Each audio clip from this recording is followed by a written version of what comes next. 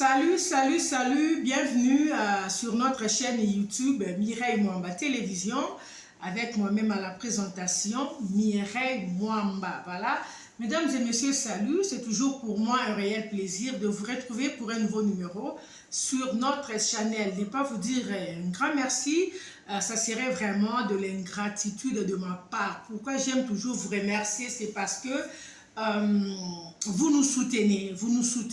Si nous tenons jusqu'aujourd'hui, c'est parce que vous existez, ok? Par la façon dont vous suivez d'abord nos vidéos, vous les aimez, vous partagez, vous nous faites parvenir vos suggestions, vous nous encouragez. C'est ce qui fait en sorte que nous soyons toujours là en train de travailler. Si vous n'étiez pas là, en tout cas, nous sommes là en tout cas parce que vous existez. En tout cas, un grand merci à la team Mireille Mwamba. Je vous salue, je vous aime bien. Vous êtes tellement nombreux, ok? Moussekou Fashion Designer. Si vous voulez vous habiller en grande dame, en grand monsieur, quelle que soit la cérémonie, n'hésitez pas. Allez sur Instagram et contactez Moussekou Fashion Designer, vous ne serez pas déçus. Si vous avez une école, vous avez besoin des uniformes. Si vous avez une société, même de gardiennage, vous avez besoin des uniformes pour vos employés, pour votre restaurant, n'hésitez pas, contactez Moussekou Fashion Designer. En tout cas, elle va vous servir même pour tout ce qui est de la décoration intérieure d'une maison, d'un bureau. En tout cas, allez contacter Moussekou Fashion Designer, vous ne serez pas déçus. Un grand merci à vous tous qui nous suivez de partout. Nanouche Mboyo, depuis la République démocratique du Congo, précisément à Kinshasa. Solange Kiekie, Sous-Sol et Kanimboka. La bienheureuse de Maître Bonheur Ndinga. Du côté de Brazzaville, nous saluons M. Serge Ikemi, le numéro 1 du PCT Mongali. En tout cas, il travaille au four et au moulin pour les élections qui pointent à l'horizon. Et sont là, ils soutiennent Papa Ochombe, les bâtisseurs, M. Denis Sassou Nguesso, du côté du Congo-Brazzaville. Je l'ai toujours dit, 243 mais 242 égale 1. Donc, Congo-Kinshasa, Congo-Brazzaville, tous à la vie sera il n'y a que le fleuve Congo qui nous sépare. Mesdames et messieurs, je suis là aujourd'hui pour une histoire qui ne fait pas très bien. Je pense que vous avez lu les titres. En tant que mère, en tant que parent, ça m'a fait très mal. Je me suis dit, on doit en parler parce que ce n'est pas la première fois. Pour ceux qui ont souvent l'habitude de me suivre, si vous regardez sur ma chaîne, je pense 2-3 mois passés, on a eu à réaliser encore une émission qui partait dans ce sens. Il s'agissait aussi d'une ménagère. Non, cette fois-là, ce n'était pas une ménagère, c'était une dame qui faisait manger de matière fécale à l'enfant de son ami. C'est sur ma chaîne. Si vous regardez sur ma chaîne, vous allez retrouver cette vidéo-là. Mais cette fois-ci, qu'est-ce qui s'est passé? Je pense que vous, comme moi, vous savez, depuis plus de 30 ans, ok, depuis plus de 30 ans, on n'a jamais été en bon état avec le Rwanda. La République démocratique du Congo, s'il vous plaît, arrête ce que tu fais là. La République démocratique du Congo a toujours été agressée par le Rwanda, ça fait plus ou moins 30 ans. Donc c'est une situation, il y a des enfants qui sont nés, qui ont trouvé cette guerre injuste que le Rwanda nous a toujours infligée. Alors, pas très longtemps, Dieu merci, il y a eu quand même des avancées. Un accord de paix a été signé entre la République démocratique du Congo et le Rwanda. Cet accord a été signé aux États-Unis. Mais malheureusement, cet accord n'a pas plu à certaines personnes. Comme le cas de cette ménagère qui travaille chez notre sœur congolaise. Elle est Hutu. Hutu, c'est aussi une ethnie qui réclame des terres chez nous au Congo. Je n'aime pas trop entrer dans les détails. Il y a les Hutus, il y a les Tutsis, les Banyamulenge. Moi, moi un peu mingi, qui se disent d'être Congolais ou Congolaises. Nous sommes des Congolais, qui se disent être des Congolais, des Congolaises. Des Hutus, des Tutsis, des Banyamulenge, toutes ces histoires-là. La jeune dame que vous avez vue là sur la photo juste avant l'émission, c'est une nounou, elle travaille chez notre sœur congolaise. L'histoire se passe en République démocratique du Congo. Elle travaille chez notre sœur congolaise comme nounou. Vous savez, quand j'ai décidé de faire cette vidéo, c'est pour dire aux mamans d'être éveillées. Vous pouvez avoir une occupation, mais cela ne doit pas vous empêcher d'avoir un œil sur votre enfant. De temps en temps, en tout cas, pour être clair, moi personnellement, moi par exemple, je n'ai jamais opté pour la nounou. Je n'aime pas. Je n'aime pas parce que je suis le genre de personne, j'aime vraiment prendre soin de mes enfants seuls. Ça, c'est comme ça que je suis. J'aime bien m'occuper de mes enfants. C'est ce qui fait que je m'arrange toujours malgré mes occupations. Je sais toujours comment créer du temps dans mes occupations, aller déposer mes enfants à l'école, aller là où je dois partir. Je sais comment je dois finir ou je dois mettre une pause à partir de 13h30, 14h parce que je dois récupérer mes enfants à l'école, les déposer à la maison, leur donner à manger, les aider à faire le devoir et ensuite continuer avec mes programmes. Moi, je fonctionne comme ça. Mais il y a certains parents aussi, pour eux, ils peuvent avoir du temps, ils peuvent avoir de l'espace pour s'occuper des enfants, mais ils préfèrent toujours avoir quelqu'un qui le fait. Ce n'est pas aussi mauvais. Je ne condamne pas ceux qui le font. Moi, je dis, pour moi, je n'ai jamais opté pour une nounou. Une nounou, une femme de ménage et tout et tout. C'est bien de les avoir, mais moi, en tout cas, na linga raté. Na linga bilo quoi raté. Notre soeur avait une nounou qui s'occupait de son enfant. Alors, la dame a reçu quelques amis chez elle à la maison. Ils étaient en train d'échanger par rapport à l'actualité. Ils ont commencé à parler, ils ont commencé à commenter par rapport à l'accord de paix qui venait d'être signé entre le Rwanda et la République démocratique du Congo. Alors, dans leurs échanges, il y a ces amis qui ont dit, en tout cas, il faudra vraiment que cette histoire finisse, car trop c'est trop, on nous a beaucoup agressés, enfin que ces gens libèrent un peu nos terres, que ces Hutus, Tutsis, Banyamulenge puissent rentrer chez eux, tout et tout. Alors, pendant qu'ils étaient en train d'échanger, la ménagère était de l'autre côté, elle a écouté. Comme elle est Hutu, elle n'a pas aimé, elle n'a pas digéré cela. Alors, pour se venger, elle a pris du poison, elle a mis dans les biberons du bébé de 6 mois. Elle a empoisonné ce bébé, le bébé est décédé. Lorsqu'elle a donné du lait à l'enfant, l'enfant a commencé à s'agiter, l'enfant a commencé à vomir. L'état de l'enfant a subitement changé. Alors, la maman s'est précipitée et elle s'est dit, on doit amener l'enfant à l'hôpital. On amène l'enfant à l'hôpital. Quand on arrive là-bas, c'était déjà trop tard. L'enfant a déjà l'enfant est parti. Donc, quand le médecin essaie d'examiner l'enfant, le médecin trouve que l'enfant venait d'être empoisonné. On essaie encore d'approfondir avec les examens. On trouve que le truc qui a tué l'enfant a été injecté dans son lait, dans son biberon. La maman était surprise. Elle a dit, mais non, le lait, c'est moi qui achète le lait. C'est moi qui ai fait le lait de l'enfant aujourd'hui. J'avais fait le biberon le matin. Après, les après-midi, sa nounou était là. C'est elle qui s'occupe de l'enfant. Alors, c'était devenu vraiment du bruit. La police a intervenu. Et quand on commence à questionner la nounou, elle ne s'est pas gênée. Elle s'est exprimée, elle a dit, oui, effectivement, j'ai fait ça parce que j'ai suivi votre conversation. Vous étiez en train d'échanger, de parler. Vous étiez en train de vous réjouir, en fait, par rapport à votre accord de paix.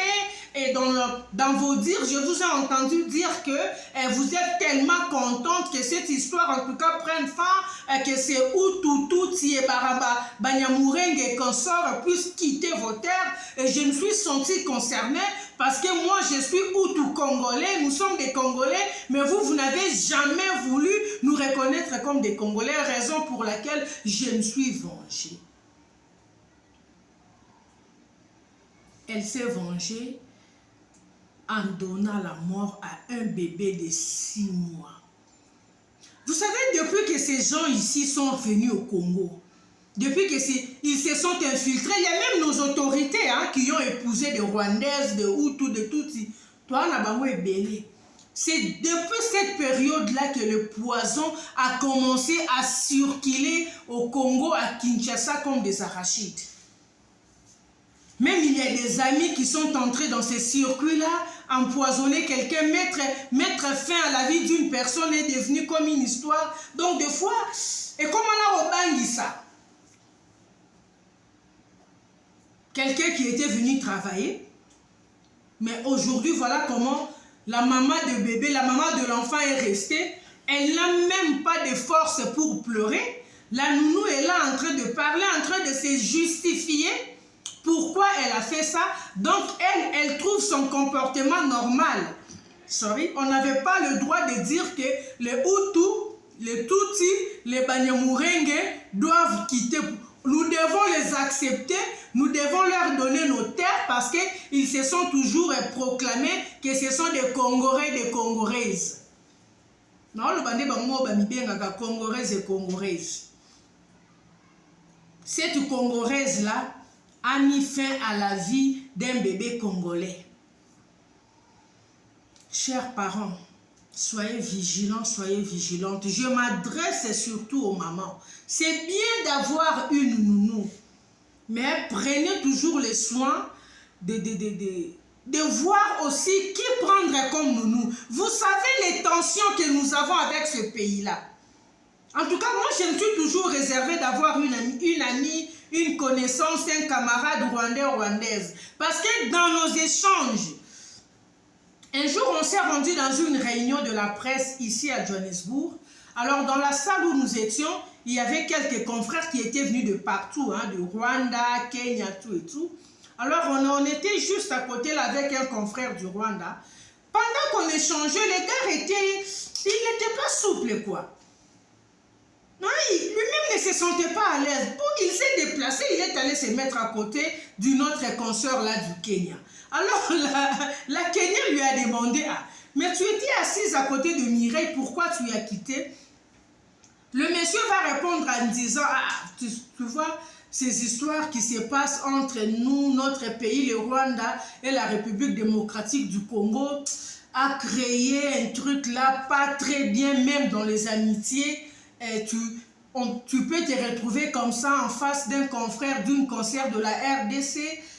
Tu ne te sens pas vraiment à l'aise. Même quand vous lui posez une question, sa façon de répondre, elle est réticente. J'ai dit au monsieur, en tout cas, je ne sais pas qu'est-ce que tu as vu. Ma méfiance, comme tu l'as dit, mais bon, en fait, je pense que tu pourras prendre ça comme ça. Je n'ai pas des amis rwandais, je n'ai rien contre le peuple rwandais.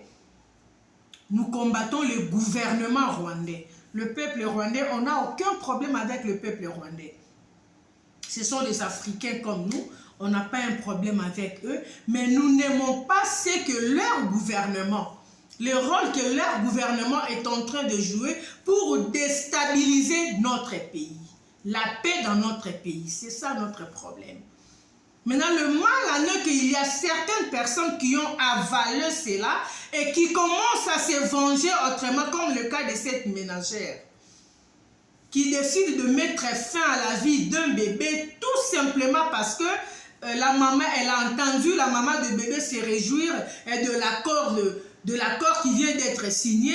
Et la maman de bébé dire que les Hutus, les Tutsis, toutes ces histoires-là doivent quitter la République démocratique du Congo. Ils doivent rentrer chez eux. Ce qui est aussi vrai, vous devez rentrer chez vous. La RDC n'est pas votre pays. C'est vrai. Chacun a chez lui. Nous sommes ici en Afrique du Sud, matin, midi, soir. Vous voyez les Sud-Africains, je pense que vous suivez les news. Vous voyez ce qui se passe là ces derniers temps, c'est devenu pur. Ils vont même faire les sittings dans des hôpitaux. Aucun étranger n'a le droit de se faire soigner dans les hôpitaux du gouvernement. Si tu veux te faire soigner, si tu es un étranger, il faut aller dans des trucs privés. C'est leur pays. Malgré tout ça, nous gardons nos limites. Je suis allée il y a 1 heure là, acheter des légumes là sur la grande avenue. La route était comme s'il n'y a pas de gens. Moi-même, j'ai eu peur. Je me suis dit, c'est seulement l'hiver ou quoi? Je regarde devant moi, roadblock. Police a télémissimi tous les 2 côtés. Contrôle systématique, et ce sont seulement les shops des étrangers en train de traquer les étrangers pour les soi-disant papiers. C'est leur pays. Mais quand c'est la République démocratique du Congo qui demande au Rwanda et aux Hutus et aux Tutsis de rentrer chez eux, ça devient maintenant un problème. On ne tue pas seulement les Congolais de l'autre côté. Et maintenant, c'est quelqu'un qui vient travailler chez toi à la maison. Voilà pourquoi on peut dire à d'autres personnes, ça ne vaut pas la peine de prendre ces gens-là comme des ménagères. Les Hutus, les Tutsis, les Banyamushos ou une Rwandaise comme ménagère, ça ne vaut pas la peine. Parce que c'est des gens de personnes, au Bazarana Makila et Koboma, ce sont des gens sans cœur. La preuve est là. Une personne qui va se venger sur un bébé de 6 mois, tout simplement parce qu'elle a entendu la maman du bébé parler. Pour elle, elle a entendu la maman du bébé parler mal. Selon elle, ce que la maman du bébé parlait là, c'était mal pour elle. Maman, prenez soin de vos enfants, s'il vous plaît. Porter une grossesse pendant 9 mois, ce n'est pas une chose facile, hein? Tu peux perdre ta vie en donnant la vie. Si Dieu t'a fait grâce d'aller à la maternité, sortir de la maternité avec un bébé, il faut au Nzambe. Ça n'a jamais été facile. Je ne sais pas dans de quelles conditions vous autres vous accouchez, je ne sais pas.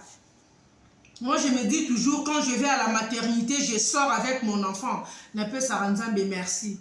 Parce que j'ai eu à coucher dans des conditions très difficiles. Les conditions où le médecin te regarde, le médecin dit, la seule solution, on doit intervenir par la césarienne. Moi, nazo poussanaté. Tu te dis, ok, merci, tu signes. Mais pendant que tu signes, pendant qu'on est en train de tout arranger, le médecin surpris, il crie, ce n'est pas possible, des bébés. L'enfant est sorti. Et grossesse, il y a une fois que quand je tombe enceinte, parce que tu es tout le temps malade, et tu vas à l'hôpital, et on doit cercler ceci, mais Dieu te fait grâce malgré tous ces combats. Tu arrives à voir ton enfant, tu arrives à coucher. Et ton bébé a été 6 mois. 6 mois, ça déjà moutout. Au Saranarana, tout ça, tu vois ces faits et gestes. Et quelqu'un comme ça qui était venu travailler, quelqu'un qui était venu pour être la nounou de ce bébé-là, c'est la même personne qui va ôter la vie à cet enfant. Chers parents, prenons soin de nos enfants. Même lorsque vous travaillez, si ta maman est encore en vie, au lieu d'avoir une nounou, s'il te plaît, fais venir ta mère chez toi à la maison, que ta maman soit là, atali la komwana. Si la maman n'est plus encore en vie, nous